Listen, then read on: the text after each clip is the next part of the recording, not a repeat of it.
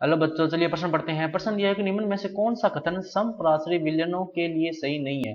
तो सबसे पहले बात करें अगर इस प्रश्न में मुख्य अवधारणा की, तो देखो क्या होगी। मुख्य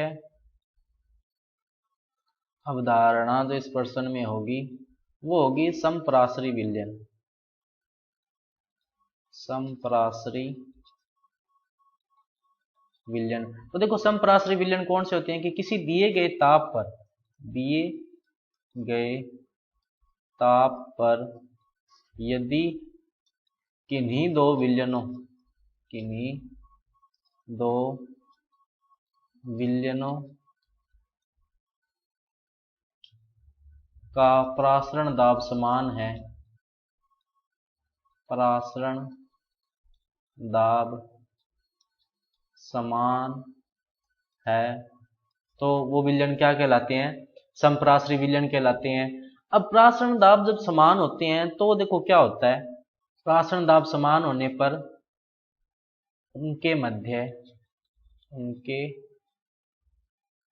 मध्य अर्धपारगम्य झिल्ली द्वारा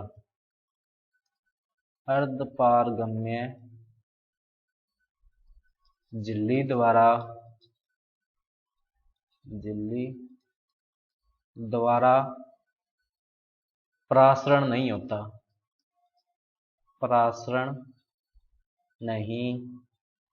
होता। इसके अलावा जो समप्रासरी विलयन होते हैं उनके वाष्प दाब क्या होंगे, समान वाष्प दाब समान होंगे, क्योंकि वाष्प दाब भी क्या होता है, एक तरह से अणुसंख्या गुणधर्म है। अब क्योंकि उनका जो प्रासरण दाब समान है इसलिए वाष्प दाब भी क्या होगा, समान होगा। अब देखो बात करें अपने सही विकल्प की, तो पहला बोला है कि उसने प्रासरण दाब समान होंगे, ये कथन क्या है, सही है। उसके बाद में बोला कि उनके वाष्प दाब समान होंगे, ये कथन भी क्या है, सही है। उनकी भार सांद्रताएं समान होगी, नहीं ये जरूरी नहीं है, क्योंकि दो अपने अलग अलग अपने यौगिक ले रहे हैं तो उनकी भार सांद्रता जो है अलग अलग हो सकती है समान प्रासरण दाब होने के लिए, यानी कि ये कथन क्या है, गलत है।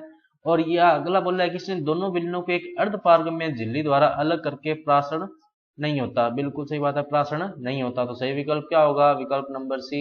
तो बच्चों ये था आपका उत्तर। मैं आशा करता हूँ आपको समझ में आया होगा। धन्यवाद।